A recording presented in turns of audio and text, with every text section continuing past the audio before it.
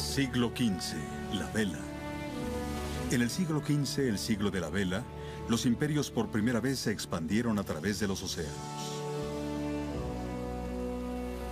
China envió enormes flotas, pero las hizo volver al borde de la dominación mundial. En Italia, la riqueza y la ostentación crearon grandes artes en el Renacimiento. En México, los aztecas construyen una ciudad de sangre en medio de un lago. Los otomanos conquistaron Constantinopla y reclamaron el Mediterráneo para sí. Desde las costas de Europa, los marineros cruzaron los océanos, encontrándose con el resto del mundo. 1000 años de historia. Milenio.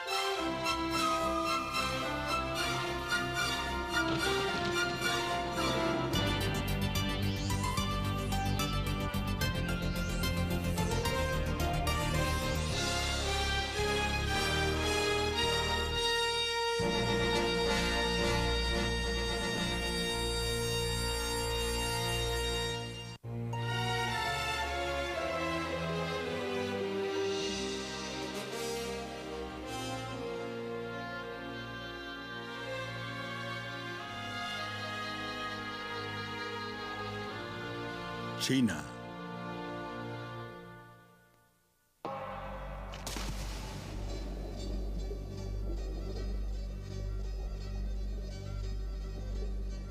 En el siglo XV, los mares más ricos del mundo estaban dominados por las flotas chinas. Aquí en las Filipinas, los buscadores de perlas aún encuentran evidencias de sus viajes. Ellos encuentran porcelana decorada con imágenes de bestias míticas.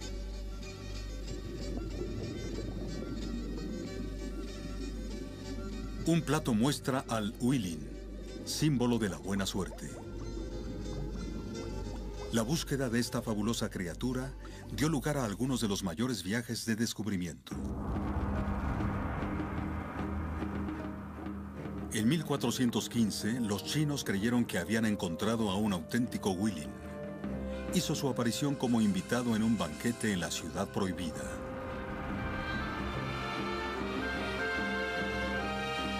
Tiene el cuerpo de un ciervo, la cola de un buey y cuernos carnosos y sin huesos con manchas luminosas como neblina roja o púrpura. Camina con majestuosidad y cada movimiento suyo tiene ritmo. Su armoniosa voz suena como una campana o un tubo musical. Capturado en África, el huilin era una jirafa.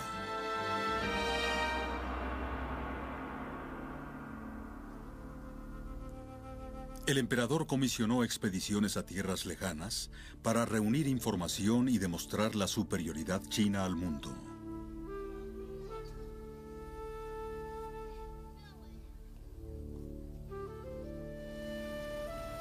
Lo hicieron a través de una aplastante demostración de poderío naval. La primera flota en partir constaba de 300 naves y casi 28,000 hombres. Cada viaje duró 2 años, visitando 30 países alrededor del borde del Océano Índico.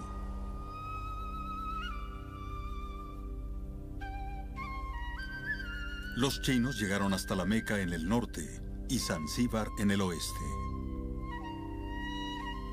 Incluso se ha afirmado que llegaron al Océano Austral y a Australia. La empresa había sido dirigida por un almirante de presencia y liderazgo legendarios, John Herr. Medía 2 metros 13 centímetros de alto y 1,5 metros de ancho. Tenía piel atezada, rugosa como una naranja, y sus ojos relampagueaban como la luz en un río que fluye a prisa. El emperador escogió a John Herr debido a que era un extranjero, era musulmán y eunuco. En una corte introspectiva, era un imperialista que buscaba más allá de China. Comparados con los barcos europeos, los preciosos juncos de John Herr eran unos gigantes. Eran las embarcaciones más grandes de madera jamás construidas.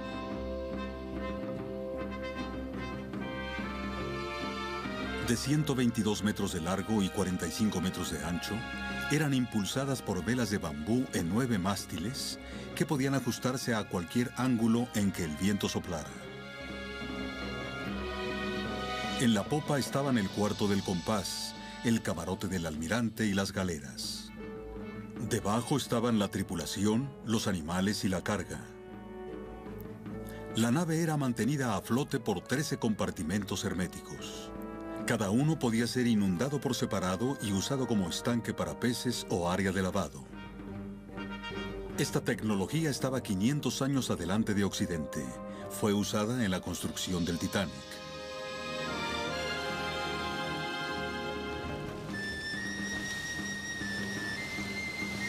Los navegantes determinaban la latitud midiendo el ángulo del sol y las estrellas respecto al horizonte. Para trazar su curso, los marineros ya entendían la diferencia entre el norte verdadero y el norte magnético.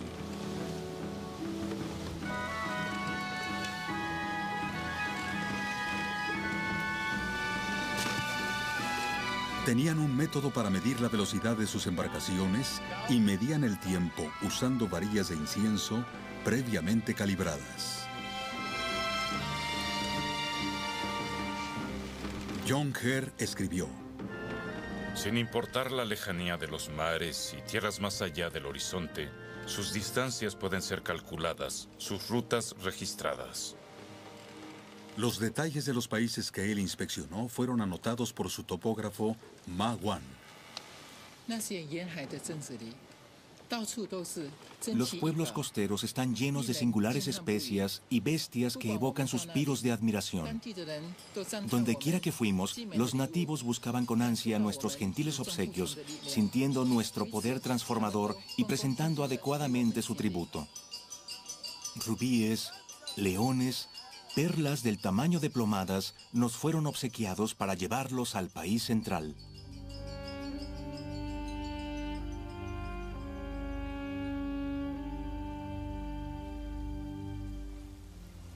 Rastros de estas expediciones perduran. Hay un tipo de jengibre nombrado como John Herr. Una tablilla en Sri Lanka registra su visita.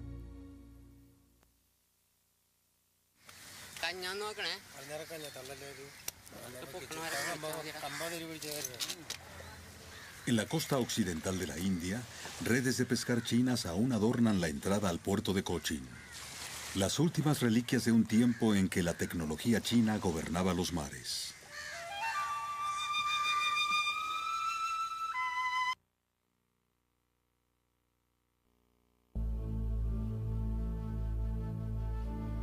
Los viajes de John Herr marcaron el principio y el final de la exploración marítima de la China imperial.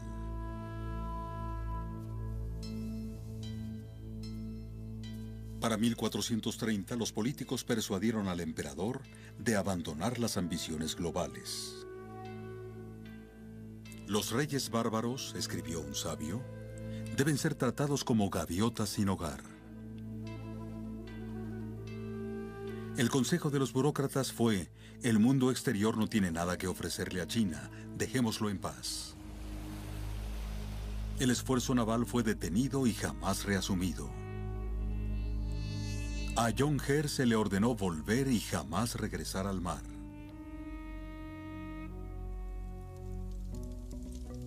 Para borrar su recuerdo, sus informes fueron destruidos.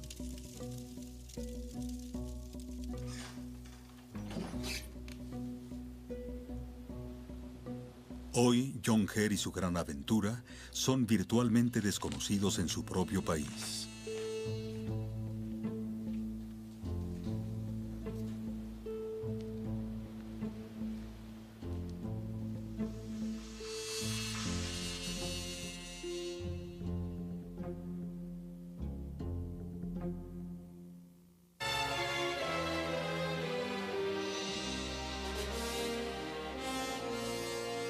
Italia.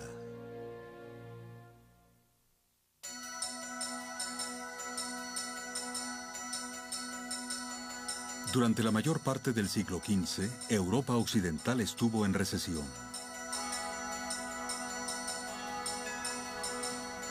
Pero en Florencia, los banqueros y mercaderes encontraron una nueva clase de riqueza que adquirir: arte, inspirado por la antigua Roma. Su inversión creó una civilización renaciente, el Renacimiento.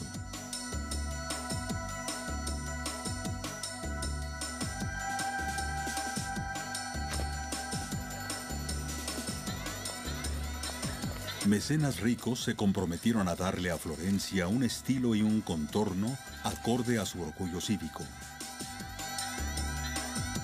El arquitecto Brunelleschi diseñó una cúpula para la catedral que haría eso exactamente.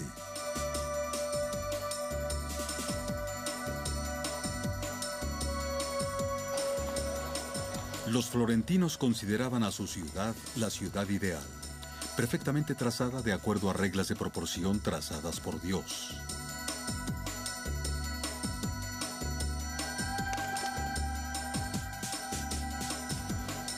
Pero lo que impulsaba a la ciudad era el dinero. En la política, el dinero compraba votos. El derroche compraba prestigio. Los banqueros cobraban el 45% de interés. Pronto se volvieron tan poderosos como jefes militares.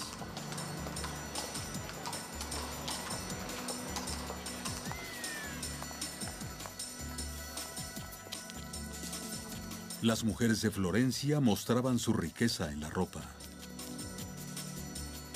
Sus mantos estaban embellecidos con plata y perlas, flores esmaltadas y hojas de oro, corales y 800 plumas de pavo real. Oficiales patrullaban las calles para aquellos que usaban demasiados botones y pieles. Tenían poco éxito.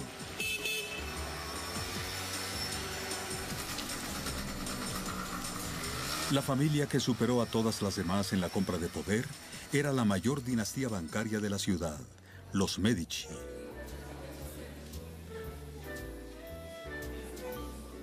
Eran los más grandes organizadores de fiestas políticas.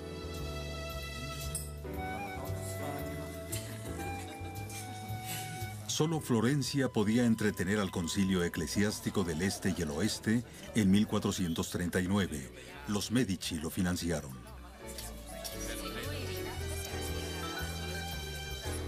Sucesivos jefes de la familia gobernaron a la ciudad como si les perteneciera. Usaron métodos recomendados por su consejero, Niccolo Machiavelli.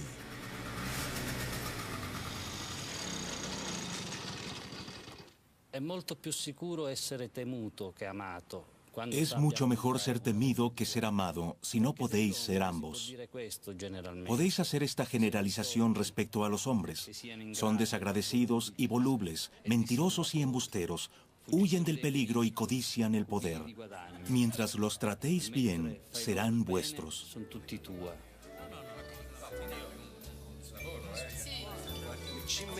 Los Medici trataban a sus artistas muy bien. Los coleccionaban como objetos de poder e influencia. Les pagaban pródigamente y se deleitaban con su genialidad.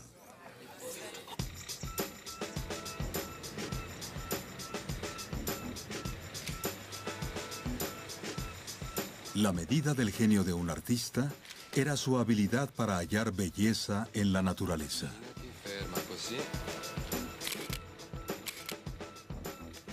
Todo lo que la naturaleza produce está regulado por la ley de la armonía.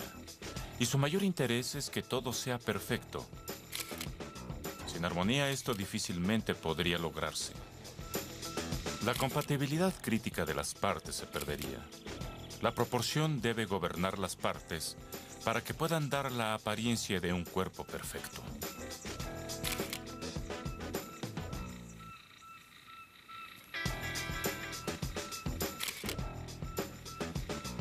Los artistas florentinos crearon formas ideales. Un ideal de belleza que Occidente ha heredado hasta la fecha.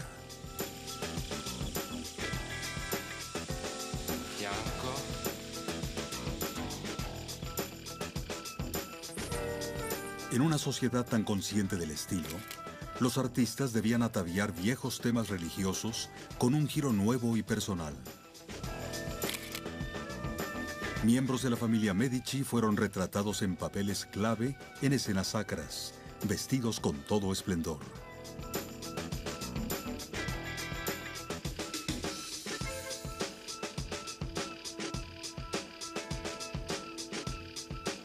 Y esos tejidos no resultaban baratos. Los mercaderes florentinos gastaban tanto en un solo atuendo como en una gran casa citadina. Un conjunto de tapices con brocados podía costar más que una propiedad en la ciudad.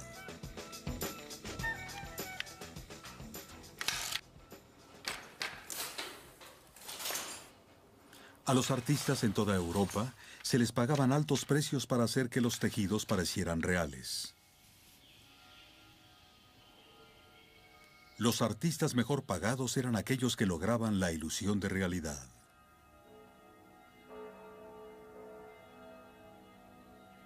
El valor de una pintura dependía de los colores que incluyera. Antes de que el artista tocara el lienzo, se hacía un contrato, estipulando cómo y dónde debía usarse cada color. El más costoso de todos era el azul ultramarino, fabricado con lapislázuli, solo encontrado en Afganistán. Después seguía el rojo kermes, hecho con arañas turcas machacadas, anaranjado ocre, de las montañas de Bavaria, siena rojizo, amarillo ocre.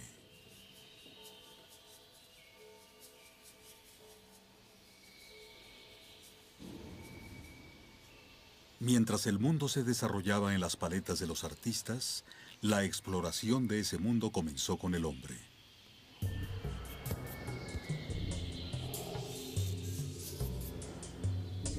La figura humana fue la medida con la cual el ancho mundo podía construirse.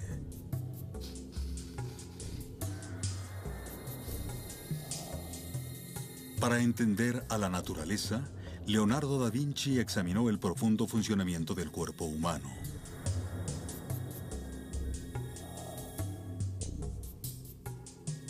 Su enfoque era el de un ingeniero. Diseñó fortificaciones y armas. Ideó paracaídas. Pero su obsesión dominante era el vuelo. La ciencia es el capitán, la práctica es el soldado. Aquellos que se enamoran de la práctica sin la ciencia son como un navegante sin timón o compás. La hélice crea una espiral en el aire que se eleva rápidamente. Del descubrimiento del hombre, la curiosidad del Renacimiento giró hacia el descubrimiento del mundo, y en el caso de Leonardo, hacia el cielo.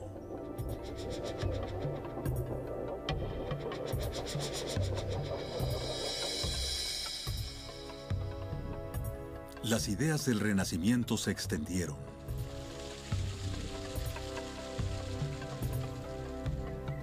Las personas comenzaron a pensar de la misma forma y a usar la misma apariencia.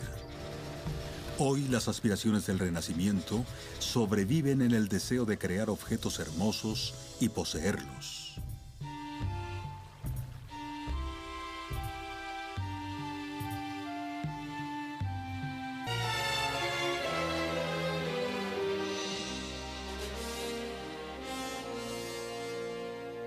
México.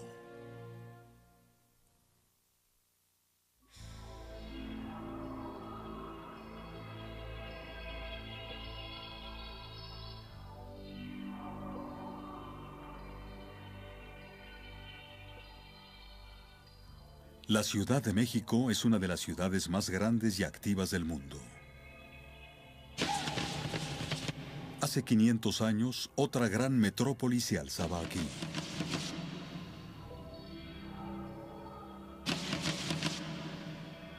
La capital del Imperio Azteca. También sostenía a una enorme población. 8,000 danzantes bailaban en su plaza central.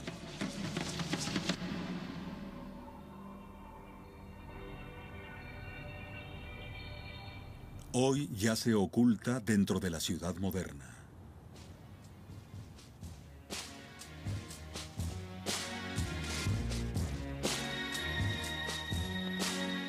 El Valle de México estaba lleno de las ruinas de grandes civilizaciones que inspiraron a los constructores aztecas, como Teotihuacán, la clase de ciudad que los aztecas querían crear para sí mismos. La ubicación de su ciudad fue elegida por los dioses. Fueron guiados ahí por un águila.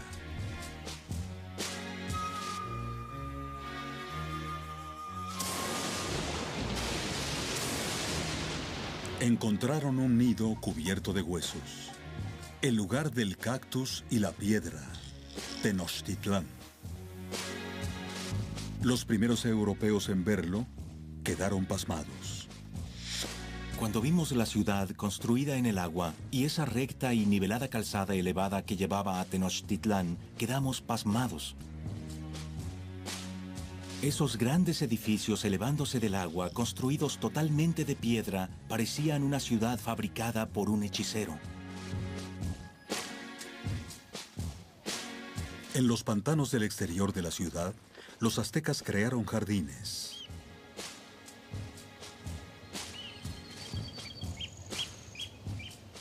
En este medio ambiente, a 2.300 metros sobre el nivel del mar, no podían cultivar toda la comida que necesitaban. Aún así, sus mercados estaban llenos de productos.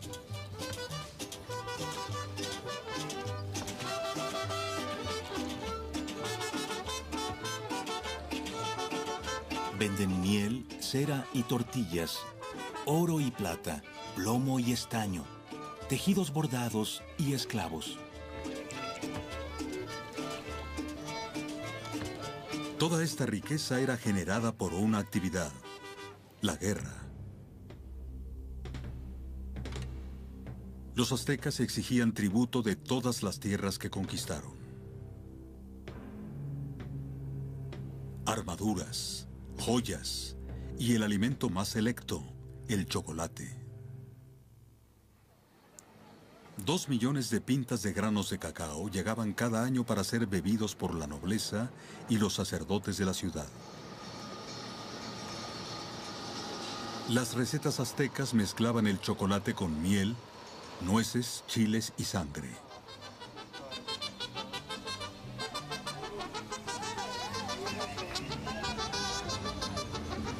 Para mantener este vasto imperio robado, necesitaban educar guerreros. Los niños debían valerse por sí mismos y enfrentaban una dura disciplina.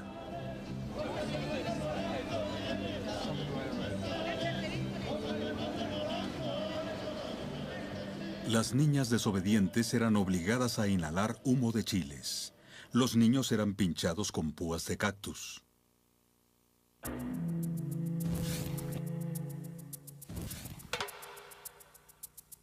Los aztecas renovaban su mundo con fuego y mantenían al sol en el cielo con sangre.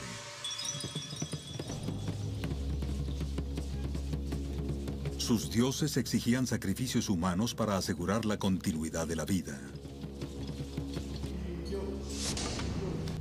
Los aztecas peleaban para tomar cautivos cuya sangre alimentaría a los dioses. Los prisioneros conocían su destino. La muerte era considerada un honor. No hay nada como la muerte en la guerra, nada como la muerte florida, tan preciosa para el dador de vida. Mi corazón la anhela. Para inaugurar su templo mayor, Algunos dicen que 80.000 fueron asesinados.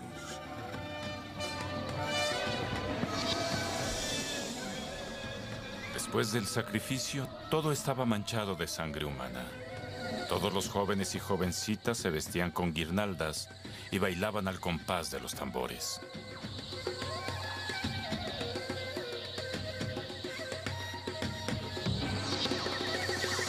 Las pilas de cráneos eran una advertencia para sus enemigos e hicieron del Imperio Azteca uno de los estados de crecimiento más acelerado en el mundo.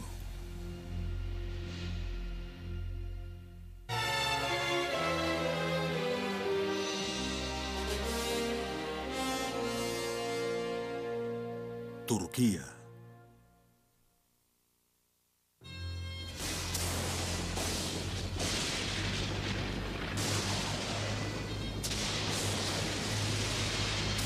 En la primavera de 1453, los cielos de Europa del Este se oscurecieron. Constantinopla, durante siglos el centro de la cristiandad ortodoxa, fue sitiada. La historia de la caída de la ciudad aún es contada por los titiriteros turcos. ¿Saben lo difícil que fue capturar Estambul? Miles de personas murieron en ambos bandos. Cerremos ahora nuestros ojos e imaginemos cómo sucedió. Los muros y baluartes de la ciudad tenían 1000 años de edad. Eran todo lo que protegía a los cristianos de la tormenta islámica que ahora los rodeaba. Los otomanos. Su ejército era de 100.000 hombres. Era dirigido por un príncipe de 21 años de edad, Mahoma Khan.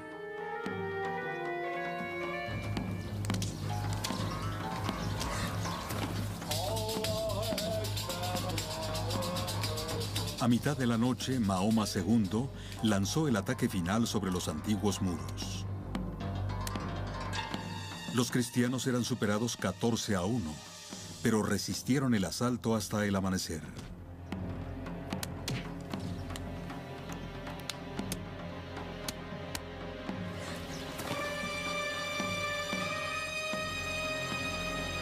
Después, un pequeño grupo de soldados otomanos nadó por las cloacas y desplegó la bandera en las almenas. Pensando que todo estaba perdido, los cristianos se replegaron y el ejército sitiador inundó los baluartes. El emperador bizantino murió en el combate.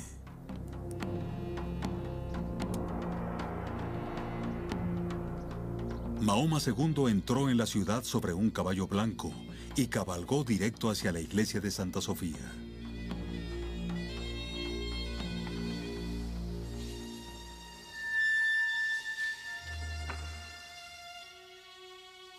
Los cristianos se habían refugiado dentro, buscando protección en su Dios. Los soldados otomanos se vengaron terriblemente de la ciudad que se negó a rendirse. Los sacerdotes fueron decapitados mientras celebraban misa. Las mujeres fueron asesinadas donde se arrodillaron. Los niños y niñas fueron violados en los altares.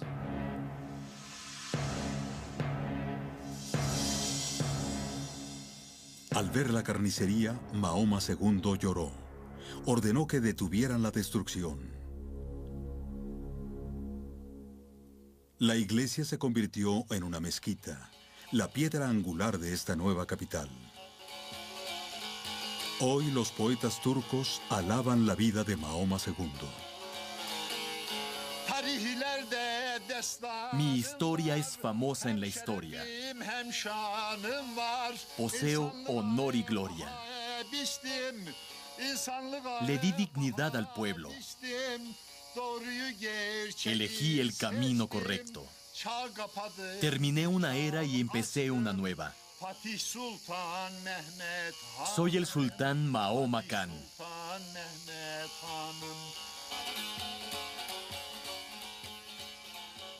Mahoma II reconstruyó la ciudad con caridad y tolerancia. Digo que el imperio del mundo debe ser uno. Para lograr esa unidad no hay lugar más valioso que Constantinopla. Anexo a cada nueva mezquita, había un comedor de beneficencia que alimentaba a 10.000 personas al día.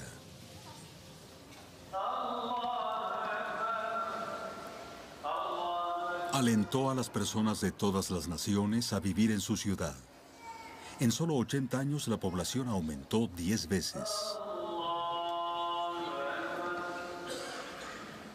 Cristianos, judíos y musulmanes vivían codo con codo.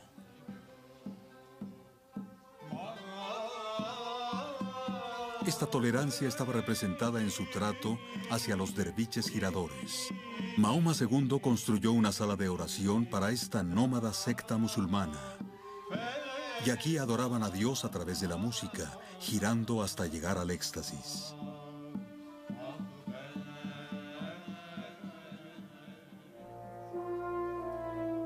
En el centro de la ciudad, Mahoma II construyó su palacio. Doy órdenes para la construcción de un palacio en el sitio del antiguo Bizancio. Nada le faltará. Un palacio que deberá eclipsar a todos en apariencia, tamaño y elegancia.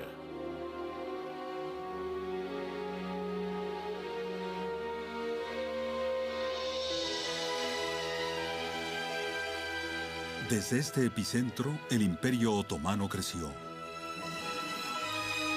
Estando en Europa y Asia, su reino pronto se extendió hasta el Danubio y el Éufrates, siguiendo las ricas rutas de comercio. Estas rutas llevaron una obsesión otomana: la comida. En las vastas cocinas del palacio, los cocineros eran desafiados a inventar nuevos platillos. De los confines del imperio llegaba la producción. Berenjenas de Persia, naranjas de Jordania, dátiles de Egipto. Y una nueva y exótica semilla llegó de Yemen: el café. Se tuestan las semillas en una sartén. Las cocina uno mismo. Vienen de plantas a una gran distancia.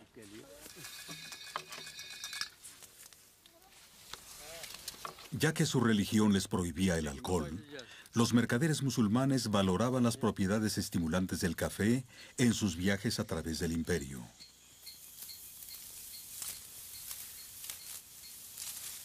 A las tierras que conquistaron, los otomanos trajeron la paz y una nueva prosperidad.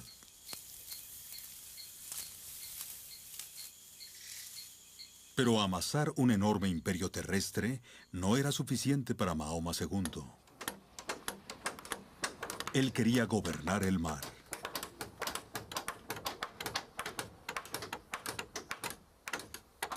Mahoma II atacó a la mayor fuerza naval de la época: Venecia.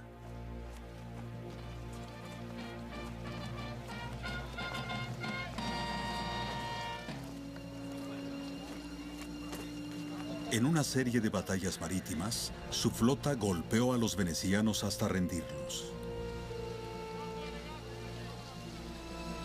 Para el fin del siglo, los otomanos habían convertido el este del Mediterráneo en un lago islámico.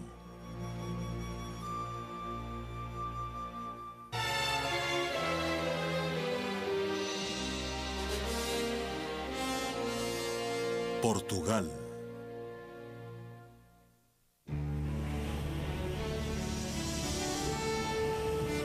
En el siglo XV, Portugal y España fijaron la vista desde una esquina de Europa hacia un inexplorado océano. Sus costas eran los mismos límites del mundo civilizado. La tierra era pobre y las personas estaban celosas de sus ricos vecinos del Mediterráneo. Buscaron en el mar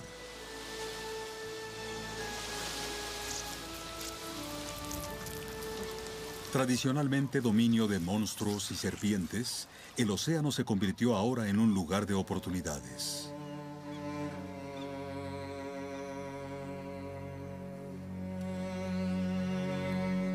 Aquí en Sagres, en la punta sudoeste de Portugal, Los aventureros se reunieron alrededor del príncipe, ahora llamado Enrique el Navegante.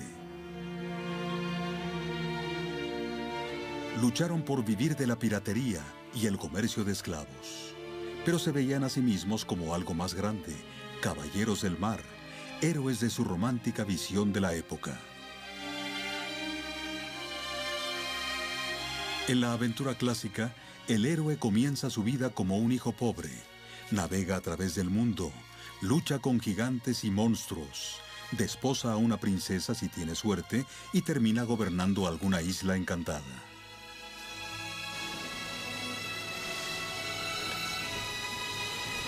Este cuento de hadas espoleó a los descubridores para empezar su exploración del mundo.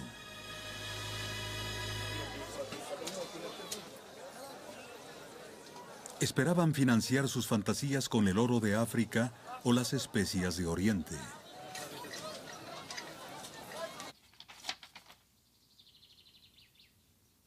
Las especias daban sabor a la comida y posición a la mesa de un hombre rico. Los mercaderes y reyes contrataban geógrafos para descubrir nuevas rutas hacia los países donde se obtenían.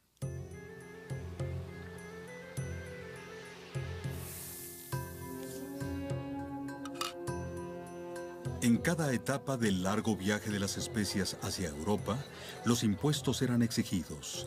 Pasaban a través de las manos de incontables intermediarios que aseguraban precios elevados. De esto debe entenderse que muy grandes cantidades deben producirse en el Oriente y no hace falta imaginar que para nosotros valen tanto como el oro.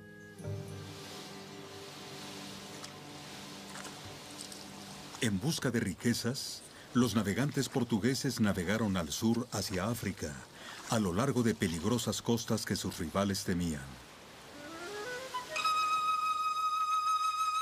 Más allá estaba un verde mar, donde un barco quedaría inmovilizado en fango gelatinoso.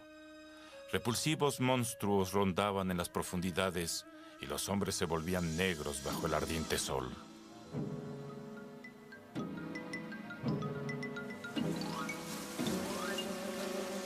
Cada expedición se aventuraba algunos grados más hacia el sur, trazando meticulosamente la costa de esta nueva tierra.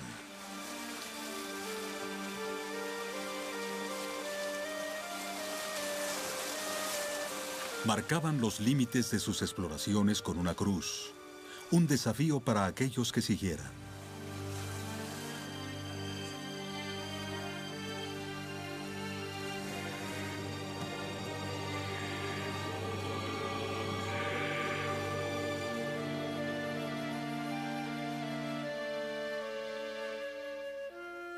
Los navegantes portugueses se mantuvieron cerca de la costa de África hasta que alcanzaron el mayor obstáculo de todos, el Cabo de las Tormentas.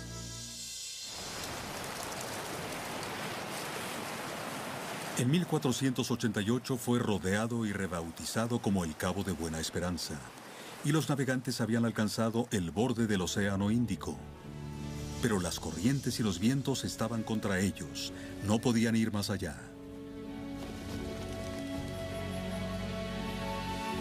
En Lisboa, el hijo de un tejedor tuvo otra idea: dirigirse al oeste por el Océano Atlántico. Su nombre era Colón.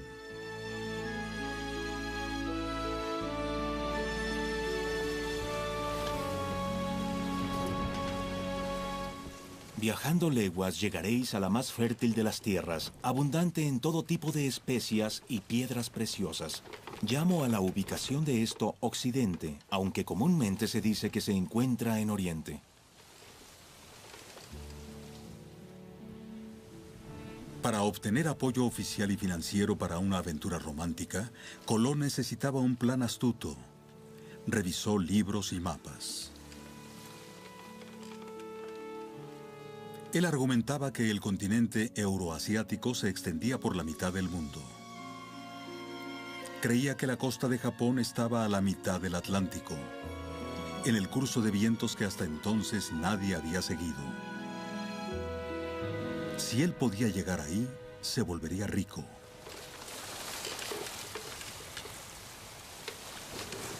La decisión de Colón de navegar con el viento era revolucionaria. Los navegantes portugueses siempre habían navegado contra el viento en su viaje de partida, sabiendo que ese mismo viento los devolvería a casa. Colón esperaba que los vientos del Atlántico viajaran en un círculo. Él viajaría hacia el oeste, los vientos con los que partiría eventualmente se dirigirían al norte y lo llevarían a casa. Era una aventura que resultó. Llegó a tierra en el Caribe el 12 de octubre de 1492. Colón buscó demostrar que esta misteriosa nueva tierra era una isla frente a la costa de China. Afirmó haber visto fabulosas bestias de Oriente, hombres con cabeza de perro y huellas de grifos. 6 de noviembre de 1492, escuché un gran número de aves diferentes a todas aquellas que hay en España, excepto por los ruiseñores que nos entretuvieron con sus canciones.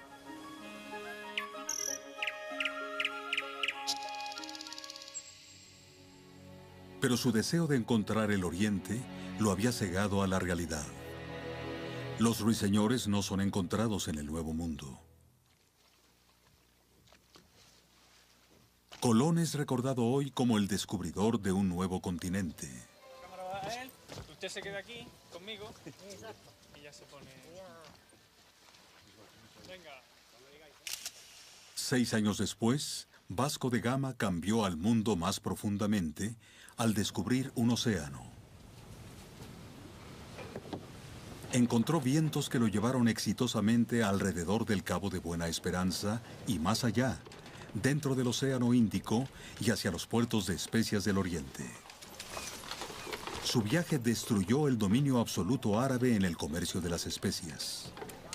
3 años después, 150 toneladas de especias llegaban a Portugal.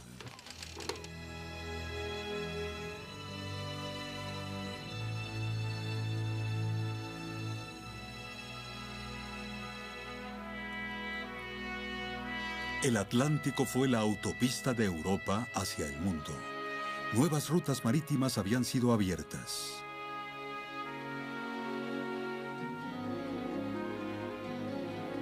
En el siguiente siglo, los plebeyos de Europa se trasladaron a sus puntos extremos, a Lisboa, Sevilla y ciudades con acceso a los ilimitados océanos, uniendo al viejo mundo con el nuevo.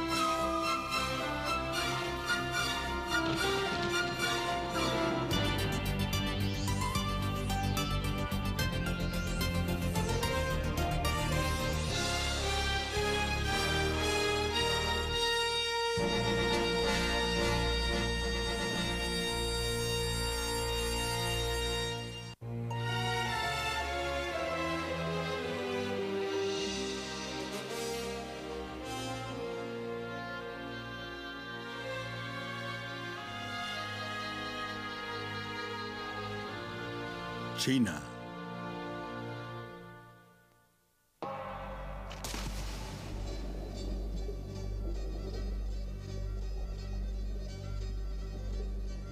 En el siglo XV, los mares más ricos del mundo estaban dominados por las flotas chinas. Aquí en las Filipinas, los buscadores de perlas aún encuentran evidencias de sus viajes.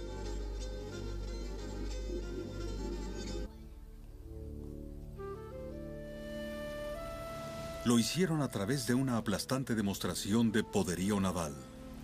La primera flota en partir constaba de 300 naves y casi 28.000 hombres. Cada viaje duró 2 años, visitando 30 países alrededor del borde del Océano Índico.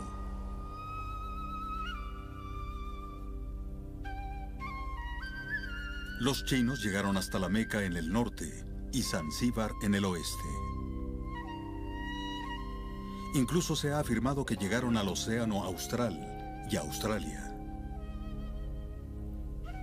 La empresa había sido dirigida por un almirante de presencia y liderazgo legendarios, John Herr. Medía 2 metros 13 centímetros de alto y 1,5 metros de ancho. Tenía piel atezada, rugosa como una naranja, y sus ojos relampagueaban como la luz en un río que fluye a prisa. El emperador escogió a John Herr debido a que era un extranjero, era musulmán y eunuco. En una corte introspectiva, era un imperialista que buscaba más allá de China. Comparados con los barcos europeos, los preciosos juncos de John Herr eran unos gigantes. Eran las embarcaciones más grandes de madera jamás construidas. Ellos encuentran porcelana decorada con imágenes de bestias míticas.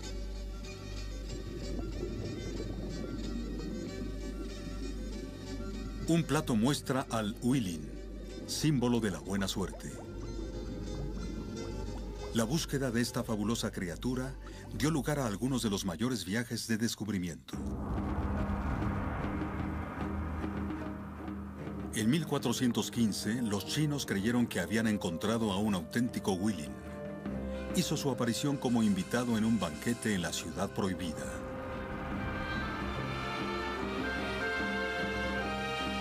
Tiene el cuerpo de un ciervo, la cola de un buey y cuernos carnosos y sin huesos con manchas luminosas como neblina roja o púrpura. Camina con majestuosidad y cada movimiento suyo tiene ritmo. Su armoniosa voz suena como una campana o un tubo musical. Capturado en África, el huilin era una jirafa.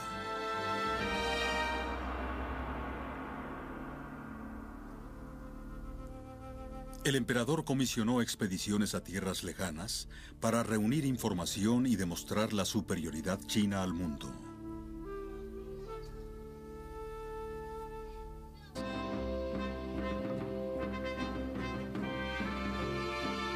De 122 metros de largo y 45 metros de ancho, eran impulsadas por velas de bambú en 9 mástiles que podían ajustarse a cualquier ángulo en que el viento soplara. En la popa estaban el cuarto del compás, el camarote del almirante y las galeras. Debajo estaban la tripulación, los animales y la carga. La nave era mantenida a flote por 13 compartimentos herméticos. Cada uno podía ser inundado por separado y usado como estanque para peces o área de lavado. Esta tecnología estaba 500 años adelante de Occidente. Fue usada en la construcción del Titanic.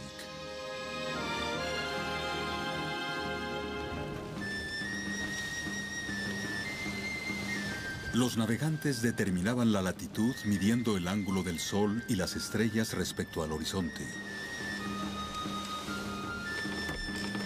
Para trazar su curso, los marineros ya entendían la diferencia entre el norte verdadero y el norte magnético.